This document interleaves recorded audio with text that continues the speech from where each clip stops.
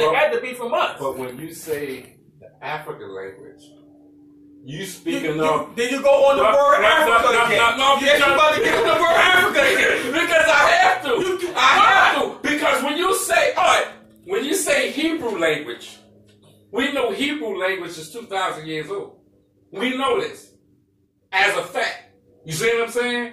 When we say Arabic language, we know the Arabic language is about 1,800 years ago. Right? Wait, so you're saying the Hebrew language is older than the Arabic language? Yes. No, that's not true. Why ain't it? The Hebrew language is not older than the Arabic language. That's not true. Why ain't it? That's not true. Why ain't it? Because the Arabic people was part of the people who invaded Kemet. That they invaded Egypt before Christ. Yeah, okay? But listen. So you didn't hear nothing about a Hebrew. No, but listen. You didn't hear nothing about a Hebrew until AD, after. No, you didn't hear about Arabic until AD. No, that's not true. Listen, that's not true. Listen, man. Listen, like I told you, the Arabic people was the first to enslave Africans. Okay. Before the white people. Okay. So that happened, but that happened before. Okay, but black. That happened in BC. Before Christ. That happened in BC. Black. No. That was, now we talking about the African people being enslaved with the American people. And the American people, okay, that's AD. That's 400 years ago. That's AD. But listen, that's 400 years ago. It's still AD. Now, listen. I'm talking BC. Okay, yeah, you talk about before. Okay. But there was no Tenement Arabic language before Christ. There was none. It was after. Because we're talking about the creation. Listen. Just listen. The creation of the Quran was only 1,400 years ago. Okay. So the Arab language is a bastard language. It's not an original language. You see what I'm saying? That's the same for the Hebrew too. There you go. So what I'm saying, they comprise languages off of other languages. So what language is not the bastard language? Who knows? No, the African language. Because the ancient African language. No. You listen. What I'm saying is when you say the African language, you're comprising a time about 5,000 years ago. The point I'm trying to make is that if Africans is the indigenous people of Geb, of the earth, that means there is no other languages. Black for those people are the indigenous people of the earth. Okay, so there is no other languages for the Africans to get from because nobody else is here but the Africans. So when they start talking, they talked in African language. It's not diluted by any other language like all other languages is. Okay, Black, you have a point to a certain extent, because when you say the African language, you're talking about a time span. And if you can't if you can't get beyond the time span of life itself, then you can't get beyond you saying that, there was no other language before the African language. Yes, time span is important. It is very important. Why? Because that lets you know who was here first. Okay, who was here first? Okay. So then not to say we in agreement on who was here first. If we was first and we was Africans, then we should have had the first language. Wait a minute. So there's no language for we to get from. But listen, when you keep saying African, see, you forget African because he don't like the word African. He don't like the word African. I love the word African. Let's just say us. Just say us. Say black people. Just say us because we know who we talking about among us. We know we talk. Right. If we was here first, we had the first language. And what was the language? Nobody knows. Okay, now wait a minute. Nobody knows now. So Arabic was a bastard language. So it couldn't have been first. No, of course it wasn't first. Hebrew was a bastard language, so it couldn't have been first. That's right. So neither one was our language. Listen, Arabic was a bastard language, without a shadow of a doubt. So they was bastard languages. Right. They came later on. So that means if we was here first, we should have had the first language. Without a shadow of a doubt. So African language is not a bastard language. That's what I just said.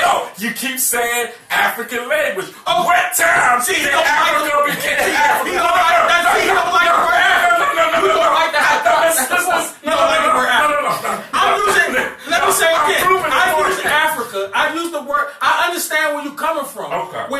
say that African people in ancient time didn't say that that continent was called Africa. I get that.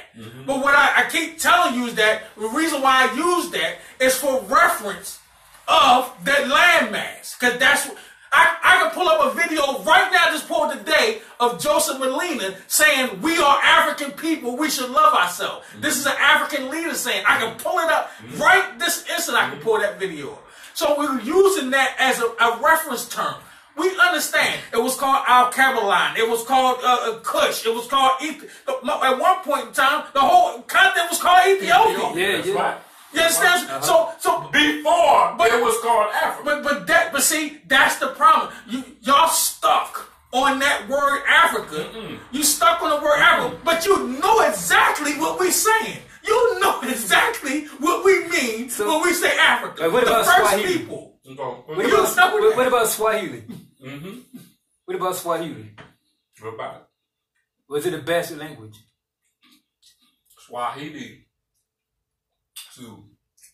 Swahili was comprised of African languages, yes.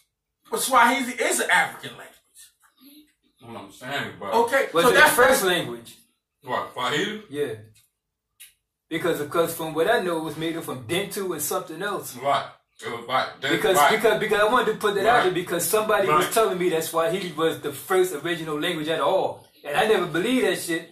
But when I started researching it, I never ran back in. I ran back into it, but we never discussed it again. And when you research language, when you research languages, right, it's always going to go to a different part until they have no information. You see what I'm saying? But they don't have no information past 6,000 years ago. You see what I'm saying? But what I was just trying to say to you before was that I believe we was here before 6,000 years ago. And we had this argument 100 times. I agree. Didn't I say I agree with you on that? I agree with you on that. But where me and you differ is when I tell you that Kemet is the oldest. Okay, remember I told you Kemet is not the oldest civilization. Because you had Kush and you had other, but it's the oldest civilization that we found on record. But remember I told you, this is my point. When I said to you, this is what I said. When I said you don't know in the first grade what you know in the 12th grade. Right. So Kemet was a process building up to the apex. Kemet was the apex of the African knowledge. There was shit going on before that. But all that knowledge came to a head in Kemet. And you keep saying no. No, I keep saying, listen, no, I don't say no. I keep saying that I believe that was the downfall. You say that was the apex. How can Kemet be the downfall when you can't find still today another civilization that can rival Egypt or Kemet? No, that's true. That's true. They can't even build the stuff that they got there right now. So how is that the downfall? That's the apex of knowledge. No, just listen. That's true. That can't be the downfall. Just listen. That's true. You absolutely right about that. Because they can't go further than that. Because there's nothing to show. Without the technical abilities and knowledge and all the computers and the chips that we have now, those people done something greater than what we doing now with all these cell phones and tablets and fucking Wi-Fi and all that. But those people done that without that shit. But they still can't figure out how we move it. And they still can't figure out how they move it. Without a doubt. But think this though. And they can't move it without a big ass crane. And the cranes that today can't even lift don't have so damn. Without a doubt. But think this though. But think this. Have you thought about this? Have you ever thought of why these ancient monuments was built? And what reasons for? Well, the pyramids was tombs. Listen. The pyramids was tombs. So if you know something other than I know. No, they was not. No, they was made into tombs without a shadow of a doubt. Without a shadow of a doubt. But it's still science in those pyramids or in those monuments that have yet to be discovered, right? Ain't that true? Okay.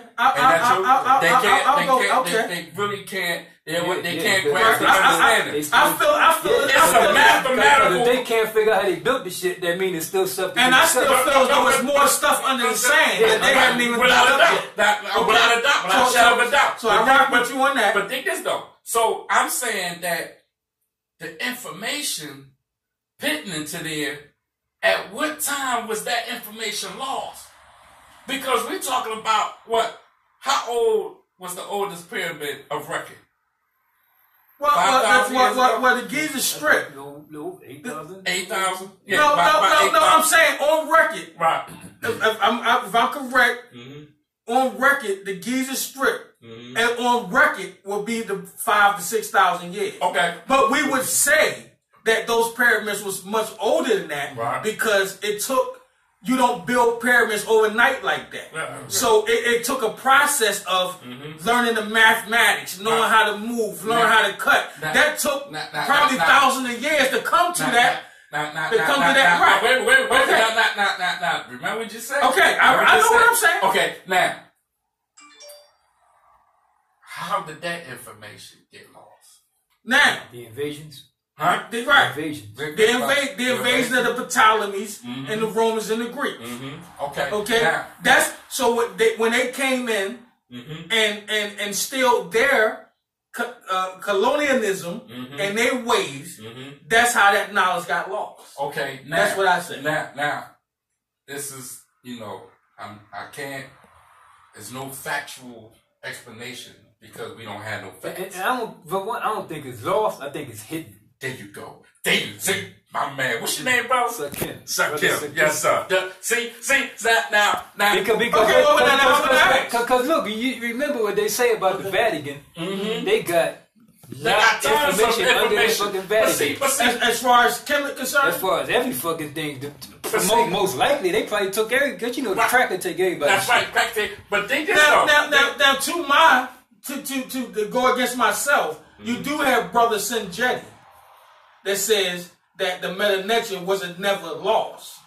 That basically what you said, it was kind of hidden inside of different African languages. Yeah. Why was this information hidden?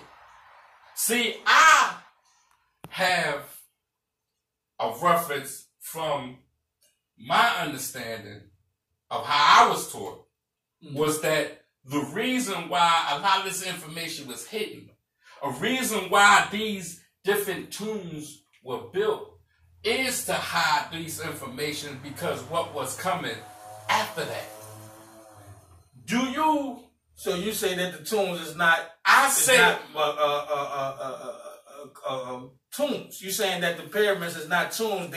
They for hiding information. I'm saying that. But we found bodies in the tomb. No. People was buried in the tombs without a doubt. I'm not disputing in the pyramids. Right? I'm not disputing that. People's buried in the Valley of the Dead, whatever they call it. I'm not disputing that. But what I'm saying was, why was this information hidden? It was a reason for that. And the present condition that we're in, keep us from knowing. I look at it as a calamity. What's the head of this calamity that we're in? Okay. What's the head? Let me tell you this. No. What's the head of this calamity that we're in? When we go to why the information was hidden or lost, I'm just going to use that. That's not the argument of why it was gone. The argument is that it was there. The argument is that those Africans, it was there. It's proven that it was there. How it's lost? Okay, so be it. They came in, they destroyed this. The Ptolemies came in. But what I'm trying to tell you that information was there. That information can be proved that it was there. Listen, your information as far as Islam can't be proved. It can't be validated. Okay. You have no proof of the Quran. You have nothing, or the Bible or the Quran.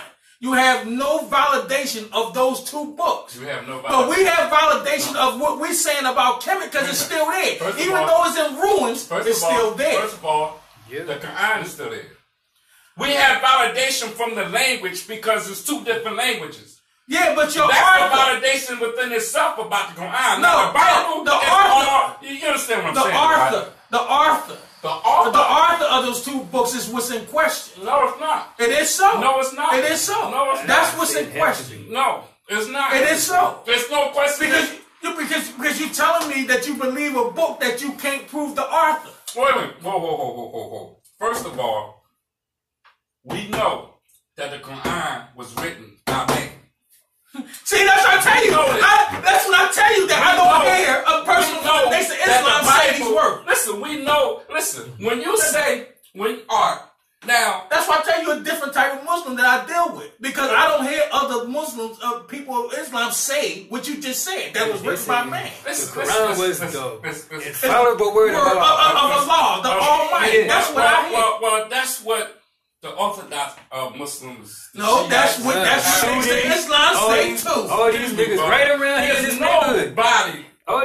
These people right here in this neighborhood say that. Of the Honorable Elijah Muhammad says that the Bible was written by a spooky spirit. None. They always say that. Listen, I can play you something where Wesley Muhammad said. These people right around here that the information that he got from Elijah Muhammad was given to him by God Almighty Himself, who came to the person of Master Fard Muhammad. So okay, no, let's not forget that fact. Who came in the person of Master Fard Muhammad. So is we talking about two people? We're talking about one person, Master Fard Muhammad. You can't be talking about one person. Listen. Because you got two different names. You got Fard Muhammad and you got Allah. Allah is God in Arabic. Huh? That's what Allah means, God. But it's in the Arabic language. That's what they say. That's what Allah means, brother. Fard Muhammad. Fard Muhammad. You said who? Fard Muhammad. I thought you said something else. Who you thought I said? I thought you said something else. Not somebody else. I thought you said that Farad. So you're saying Allah means God? Yes, Allah means God in Arabic. Okay. So when we say man is God, God is man. We don't say God as any other thing but man. So how can some man come in a person of something of Allah if he is God? Listen. He can't. Listen. You talking about? Listen, Block. You see what I understand what you're saying. I'm confused. Okay, can I finish? Okay. Can I bring some clarity? Yes. Okay. Now, Allah, who created the universe, just listen. Allah, who created the universe, or God, who created the universe, or whatever you want to call it. I like that better. Created the universe. Okay. Right? Nothing else comes after. Nothing else comes before. There's the Alpha and Omega. There's no contention on who he or that or whatever you want to present him as or present her as or whatever. Okay. There's no reference. There's no shakeable nothing. That's Allah. That's God. That's whoever you want to say, but that's the one, the creator of all. Okay. Now, when we say man is God, God is man, it's that as man, we the only entity on this earth or in the universe itself that has the facility to manifest God-like qualities. Nothing else. What man is that? I said man. All man? No, I said man. That's what I said man. Okay. I'm talking about man. I'm talking about man. I don't like the term. No, you can't say white man. You can't say Puerto Ricans. You can't say that because all of them came from us. But when you say man, I'm talking about man. I was asking you, but you talking about human race. The original. Right. All right, yeah, all right, the original man. Right, the original all man. Right, that's what I wanted to hear. Okay, yeah, the original man. You see what I'm saying? Right. We the only entity that possess power and force to exert it and enforce our will. No other. I just got to ask you one question. What's that? Why'd he come through a white man? Okay. The reason being is scientific, but I'm going to make it plain for you. He has a black father, an African black father, and a white mother. The reason being is because he came for a purpose. The purpose was to come raise the dead here in the wilderness of North America, us, black people. That was his purpose. He could not come. Before him, you had people who tried, not that they were chosen, but they have tried to come and help, like Marcus Garvey, Noble Drew Ali, all these good, Haile Selassie, all these great men have came and tried, but being as though that they came as a black man, they was unsuccessful. Why? Because you can't come here in this country and do that and be the same color. The only way that you can do that is you can come, watch they say, it's under the color of darkness. Look, who was here in America first? What do you mean? Who is the indigenous people of America? Is it white people? No, what they call. So it would be black people. Yeah. So my point is, why would they send a white Jesus? Jesus. Why would they send a white Jesus? Who the hell is a white Jesus? Why would they? Okay. Why would they send a white person? What? To help the black people here in America? Because we say why? Because other black people was unintelligent. Because other black people didn't have the fortitude to help their own people. No, because it's a record that the people, the black men who tried before him were unsuccessful. So, because we was unsuccessful, we had to send a cracker. Why you keep saying to send a cracker? Because it's a white person. Master Fard Muhammad was a black man. Then why they keep calling him white man the devil? Did you hear that? What? He said Master Fard Muhammad was black. Yeah, his father was black. His father's a black African. Yeah, he's black. Wait a minute. You said Master Fard Muhammad was black. Yeah. Master Fard Muhammad was black. But I just asked you, why did they send a white man? No, but see. But the first thing you should have said was, no, he wasn't white, he was black. Yeah, he wasn't. Yeah. But when he asked you that. But he has a white mother. Listen, but he has a white mother. So his texture was white, yes. No, I but he was a black man. No, I disagree with that. And every way, because you have a black person and a white person, that baby gonna come out black. Because the black gene is more dominant. That baby gonna come out black.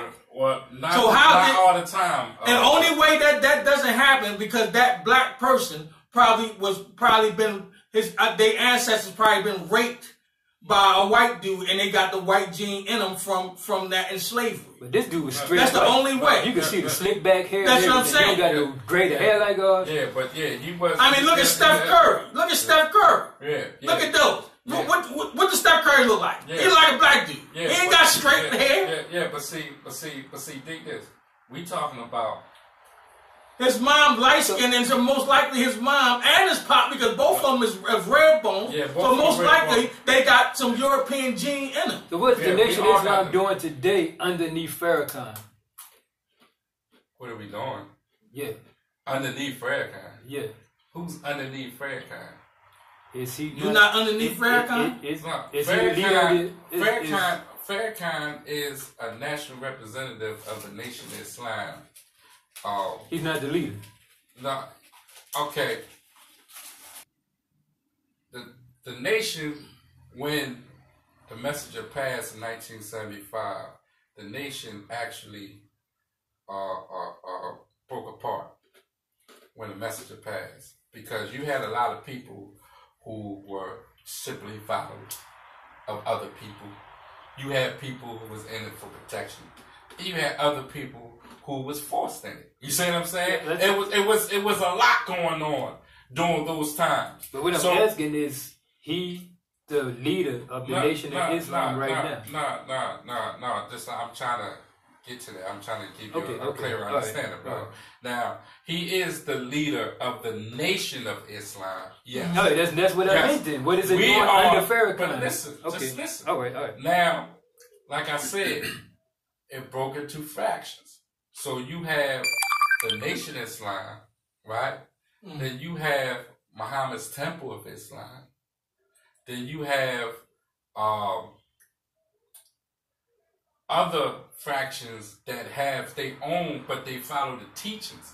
They don't follow the man. Now, under the Nation Islam, they follow Farrakhan. They follow him. And I don't get that. How you follow the teachers of the man, but not follow the man? That's something like this brother just said right here. That he don't follow the whole Bible, but he followed the teachings of Jesus Christ. Farrakhan didn't teach Islam to America. The Honorable Elijah Muhammad taught Islam. It was his teaching. So what Farrakhan teach? Farrakhan learned off of him. Malcolm X learned off of him. Muhammad Ali learned off of him. Everybody who understands the teachings of the Honorable Elijah Muhammad learned off of the Honorable Elijah Muhammad's teaching. And to keep his legacy going, they teach what he taught. So they're teaching the Islam of the man. Just like that brother right there on that screen, Brother Jabari, is my master teacher. Right. So I'm going to teach what Brother Jabari taught me. Okay. Now, so how can you say I'm not teaching about Kemetic? Whoa. I'm not under Farrakhan. Farrakhan didn't teach me. But Farrakhan is teaching what you believe in, though. Yeah, he is. Without a shadow. So he's teaching you. I'm teaching what I believe in. He's not the only one. You're teaching what you believe in. But he's the head. I believe in the teachings of the Honorable Elijah Muhammad. That's what we all teaching. So you don't believe in the teaching of Farrakhan? There is no teaching of Farrakhan. What Farrakhan teaches is from the Honorable Elijah Muhammad. You understand what I'm saying? He teaching is what from the Honorable Elijah Muhammad. Yeah. So when Malcolm X made the speech, "Who Made You Hate Yourself?"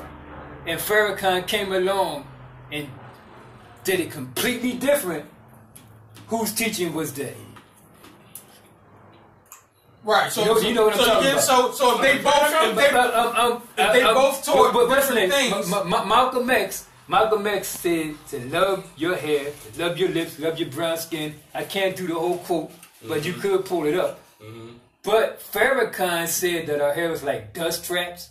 It's like disease catchers. And we curse. He did because our eyebrows is not the same texture of our hair. And my window is with you. And he admitted that he had a hand in Malcolm X's death.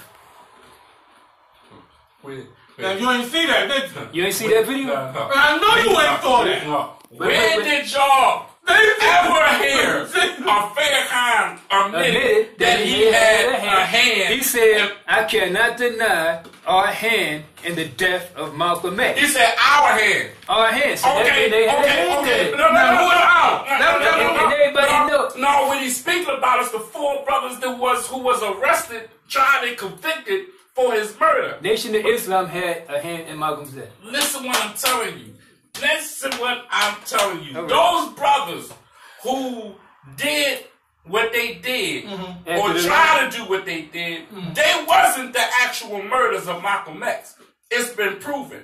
Because I heard about the empty shotguns and everything like that. Yeah, bullets came down from the ceiling. Oh, without a doubt. Because, but they went up and pulled the trigger. So that they went up and pulled the trigger. That's what they had the intent. Without a doubt. But the intent. But they had the intent. Without a shadow of a doubt. But I'm not denying that. But it's the same way as any other organization, right? Who they believe that someone is going against the grain of their beloved teacher. We had this going against the grain of their beloved teacher, right? We call them zealots, you know, and they take it upon themselves to do what they do. Now, as far as Farrakhan sending them, no. So he couldn't have stopped it. He also admitted in the video he couldn't have stopped it in the video he also admitted to Malcolm X's daughter. I can't quote him, but he admitted to the effect that had I said anything that had Malcolm X killed. Right. I apologize. Right. No, and he had. He definitely. Look at his body language and know he was feeling guilty. No, I remember the speeches. Yeah, but he was feeling guilty. No, but listen, I remember the speeches that he did when that transition was happening, before Malcolm X was killed. Because he was more kin to Malcolm X than anybody, because he. Well, you gotta act like you the person's friend before you knock him off. But it throws everybody off. No, dig this. I don't believe that he didn't have no knowledge of that. That's what I don't believe. When Malcolm X, he had knowledge of that. When Malcolm X was in the nation, he was the national representative. That's right. He was the one. That's right. Elijah Muhammad reference to, look, go out there and speak to the people. That's right. Go out there and get it. Okay, that's right. Now, when he transgressed against that, so you have, like I said, you have many different people that was in the Nation of Islam at that time. So you can't deny the fact, just like any association or any company, that have people that is so keen on, you know what I'm saying, the protection of their leader, that they would do whatever it takes. And you can't deny that is a fact. And you know what I call that? What? I call that mutiny. I call that not having control over your own people. Well, I call that you such a Messiah and you being taught by God Almighty Himself, but you can't control a few people. Who can? What you mean? Who can? Who can control? I'm not supposed to. I'm not thing. But God and Allah. That's who can control. Who can control God and Allah? Who can control? I just told you. No. I just told you. God and Allah control everything. No. Who can control a large mass of people? God and Allah. Come on, man. But he loved Malcolm X. Yeah. They was like kin. Yeah. So why did he flip the script when Malcolm X was teaching the women that love themselves? Why did he come and teach them how to be ashamed of this? Let me tell you why. Let me tell you why. What Farrakhan said. Let me tell you the argument that we had when I said to you, who is you to tell a person what he can't do? And you said there is laws, there's rules. Yeah. Right? Yeah. You remember this conversation we had, right? No. And I said to you, that's a grown man. Okay. He don't have to abide by your rules, especially if he see that your rules and your actions is not what you say it is. Okay. So you gonna get mad at him because he brought out information because you said be silent. Okay. I ain't got to be silent because you told me to be silent. Okay. You understand what I'm saying? Okay. So now the brother was, well, if anything I said that got himself killed, yes, it's a lot that you said that caused the death of Malcolm X. He said a lot in anger, without a shadow of a doubt. Now it's in anger. See, don't say in anger. Don't say anger. Why not? Why wasn't it in anger? Don't use that. No, why? You know why? You know why? You saying that he wasn't, or we wasn't, as I was. Well, I wasn't at that time. They told him to be silent. No. When he called the messenger, saying that he messing with underage secretaries. I was going to ask you about that. You know what I'm saying? Did he do that or not? When he's saying he messing with underage secretaries, you know what I'm saying? It's not true. It's not true. No, it's not true. So Malcolm X we had this argument. So Malcolm X lied. Every female that he had kids by, they was married. To who? Wait a minute, who was married? To Elijah Muhammad. Elijah Muhammad had wives. Okay. He was married. Every child. How old was they? Huh? That's what I'm about to say. Even though they was married, that's fine. But how old was they? It's still the age coming to effect, no matter if they was married or not. Well, age do come into effect, but I don't have that information as far as because you know, I don't know. You know, Brother Rock, stop. You know it. Listen. You know it. Look, that's going back. You can look that up and find out. But you know that those underage girls. This is going back to when you know that, bro. When I understand that I understand your fight. No, and that you putting up that they wasn't underage. They wasn't underage. Now, Prophet Muhammad, on the other hand. We know he was a pedophile, murderer, and every damn thing else. That was a different story. But see, hold on, wait. This is where me and your argument come again. Because remember when I told you, if it wasn't for the Prophet Muhammad, there wouldn't be no Nation of Islam. But look, this is why I asked. This is why I asked earlier. Islam started with the Prophet Muhammad. This is why I asked earlier. Started with the Prophet Muhammad. Islam in the Arabic form, yes, started with Prophet Muhammad. So it wasn't for Prophet Muhammad to relay the message of Islam, there wouldn't be no Nation of Islam because Farah Muhammad had the information. But I also told you that Islam was before Prophet Muhammad. But wait, you did say that. Wait a minute. You did say that. Okay. But remember the argument. You said it wasn't called Islam.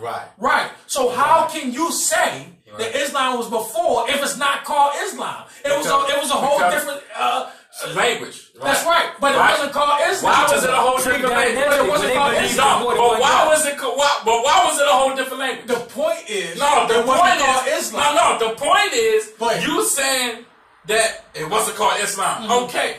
We already made that fact that it wasn't called Islam. Okay.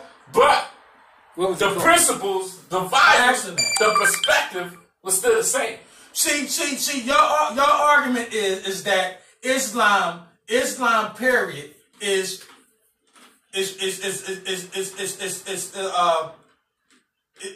the laws of nature, it's the laws of earth.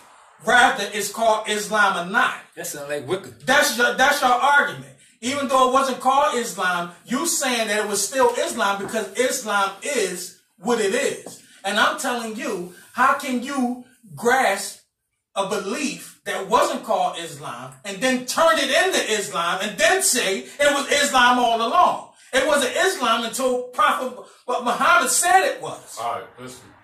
So he took on another way of life, and then he turned it into Islam. No. So that right there proves to me. Listen, let me tell you what that tells me.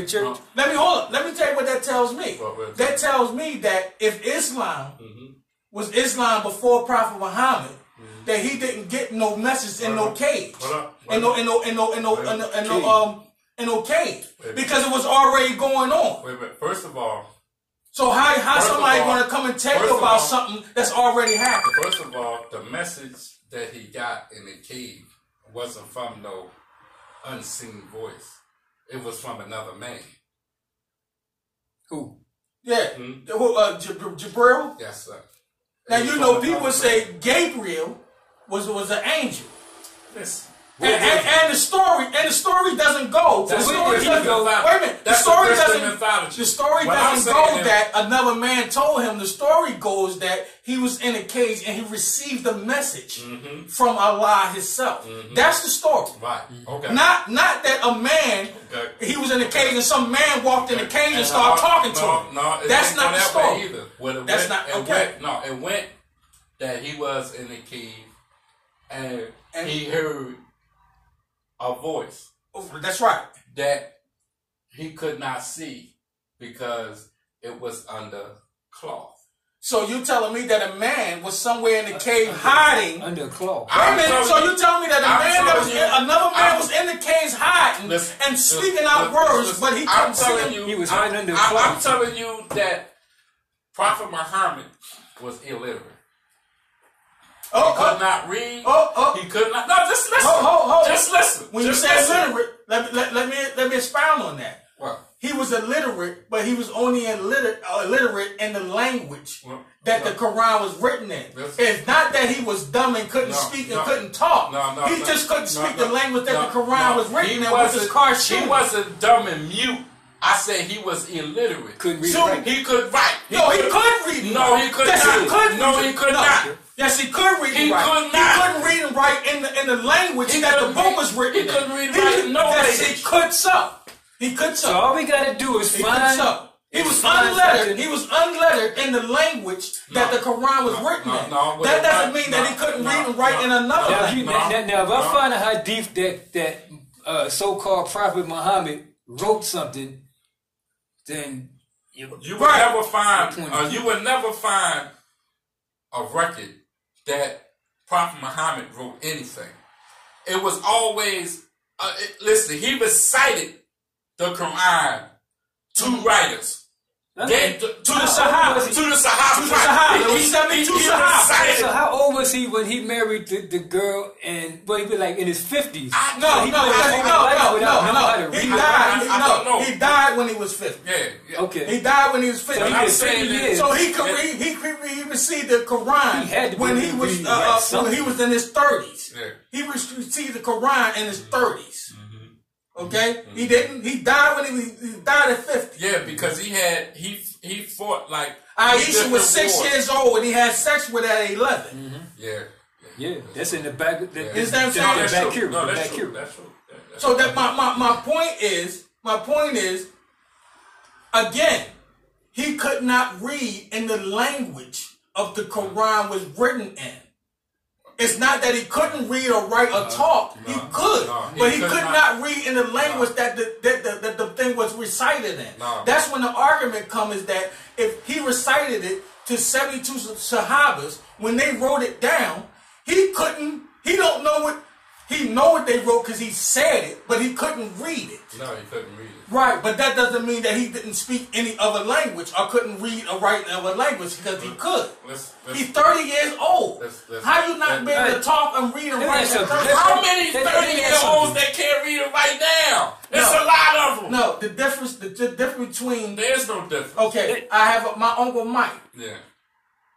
He have a problem with reading and writing. He has a problem, but he's not illiterate. But he can talk. Right. And he can write something down. Yeah. Okay? So when you say he can't read and write, that's false. He can read and write, he just can't articulate it. That's your uncle. Don't equate your uncle's story with Prophet Muhammad. Don't equate the two, because they're not the same. It's a record that Prophet Muhammad was illiterate. Not that he couldn't. No, we ain't talking about just the Arabic language. We talk about language itself. No, that's not true. Prophet Muhammad could read and write. No, he could not. He could read and write. He just couldn't read and write in the language of the Quran that was written in. Where you hear that? That's when you say they say that he. I'll pull it up. He's unlettered. Yeah. That means that he could not read in the language that the book was created in. Is that your definition? That he could read and write. No, is that your definition? So let me say this to you. Let me say this to you. Before he recited Quran, was he talking to other people? Yeah. Then he was. Then he wasn't illiterate. Why? No. Then he wasn't illiterate. He talked to other people. He can communicate with other people. No. He can communicate. He could not read. He could not read in the language of the Quran that was written. And he could not read or write. The language of that area was Arabic, right? He could not read. It was Aramaic, like you said. Aramaic was before that. That's right. Arabic. Yeah, I'm talking about Arabic. Arabic comes from Aramaic. Yeah, that's right. Yeah, that's right. Yeah, without a doubt. That's right. But what I'm saying is that he could not read or write. He was illiterate, just like a lot of people in that area. Just listen, Block. You saying he couldn't read or write anything? Just listen, Block. The only people that could actually read or write in Arabia, in that area, was the hierarchy. The ones who was holding posters for the king or the queen, and you know what I'm saying? Those were the ones who could read or write, but the average peasants, they could not read or write. So Muhammad was an average peasant. Bro, yeah, he was. He didn't come from royalty. He didn't come from He didn't come from no stock. He was an average peasant. That he went to a cave. So what about him? The dude in the cave, where'd he go? You said he was under cloth. He was speaking to him. Where'd he go after he was? We don't have movie or we don't everybody have, say he was an angel. They say angel Gabriel, but we know that angels are men. We know God is man. Well, Gabriel was a man.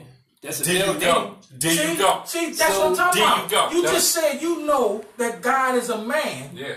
So who is Allah?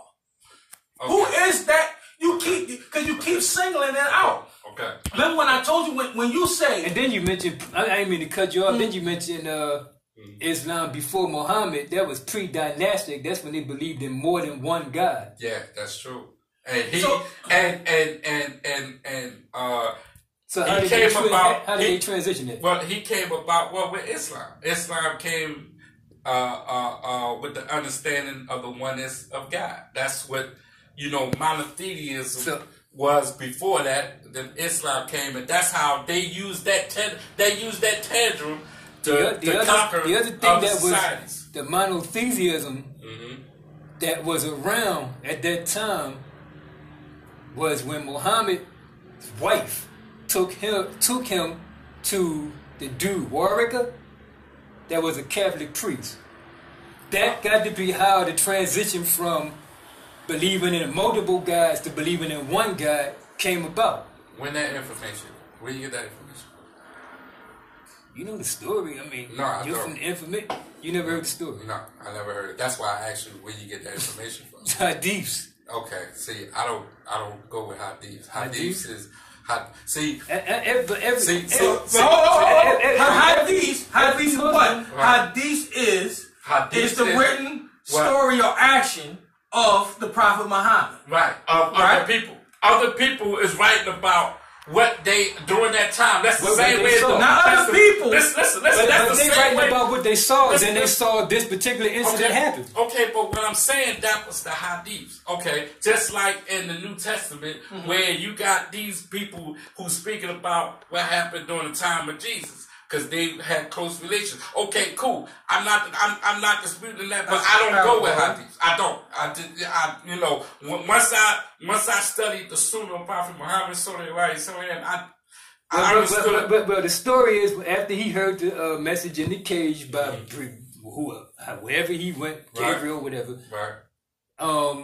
He was like, wow, this is something else. So he went to his wife, Khadijah. She took him to her uncle, which was a Catholic.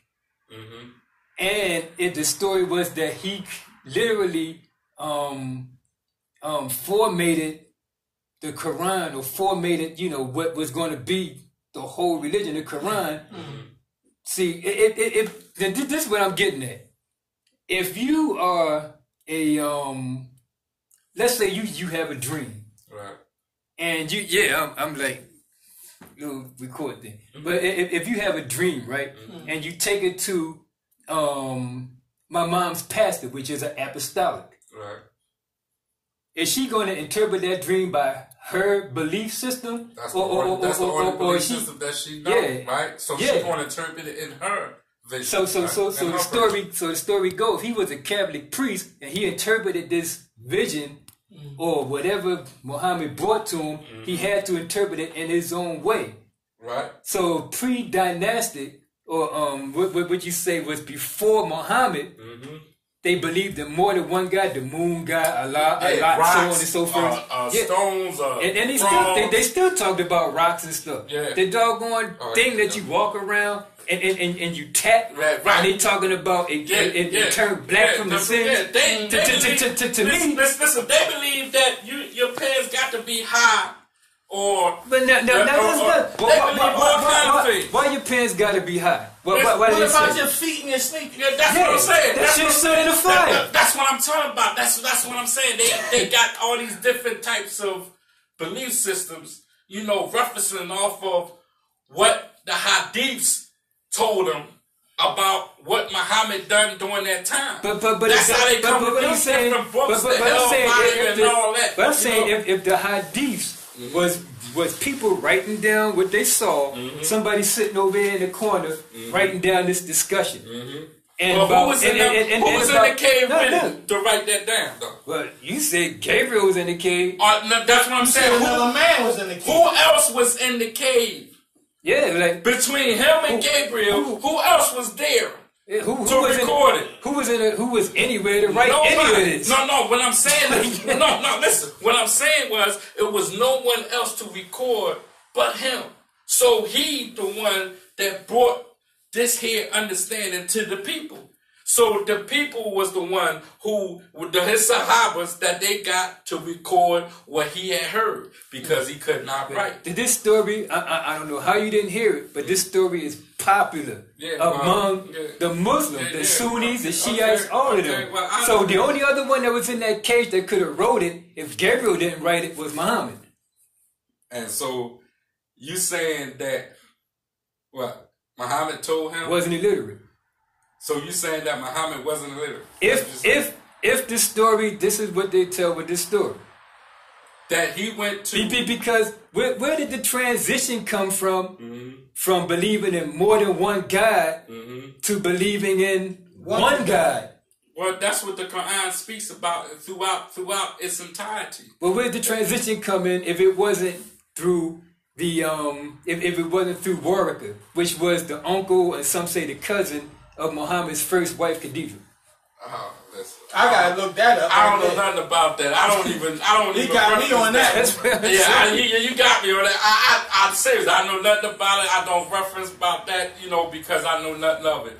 But those stories, I don't even. But if you walk out here and you see a dude is Muslim. I mean, not talking about right now, because you might get robbed right now. But next time you walk past a brother, he wearing his pants all the way up here like Michael Jackson, and you be like, "Salam alaikum." Ask him about the story and see what he said. No, if y'all get in the conversation. No, I know plenty of Sunni Muslims that I'm real close friends with. You know what I'm saying? And I would definitely ask them, but I know nothing of that story. Like I said, I don't go with the hadiths. I learned that in the penitentiary when I was studying the Sunnah. Because I talked to damn Arabs. I talked to and the Arabs, the ones that push Islam on African people, is the ones, some of the ones that gave me the damn story. Yeah, I didn't converse with many theologians. Like, I'm talking about many. You know what I'm saying? Jews. I didn't converse with a lot of them. But that story there, I never heard of. That's just like an Arab told me that the Bakura, the Bakura, am I saying it right? Is, you know what that is? You heard of that? No, you never heard of that? I'm trying to, no, because I don't know if you're saying it right or what. I'm a text it to we're gonna do our research. Yeah, I got we're gonna do our research. We're gonna do our research. And I know y'all tried to cheat me, but ain't nobody trying to throw the team. I stay firm. Let me say something. I'm a student follow the most Elijah Muhammad. Ain't nobody trying to throw the team. All the way through. Nobody trying to get I didn't went through. Just because we both went on green trying to get No, listen. I'm just asking questions. No, you can't. I'm just asking questions. And hopefully I answered them to where you have an understanding. But the last one you couldn't answer because you said you didn't hear it. I don't know nothing about that. You gotta ask one of them. We gotta get up on that. Arab boys. Ask one of them Arabs. No, you gotta ask one of them Arab boys. And ask those Arabs too. How many of our people you still got over there in Munich? Because they did that, There's a whole lot of them. So I don't want no goddamn Arab smiling up in my face talking about I'm his brother. Without a doubt, it's a whole lot of them. Yeah, it's a whole lot of them. They got slavery in Libya right now. Arabs make my damn skin crawl anyway. I don't even know how to talk to them. I don't like them motherfuckers either.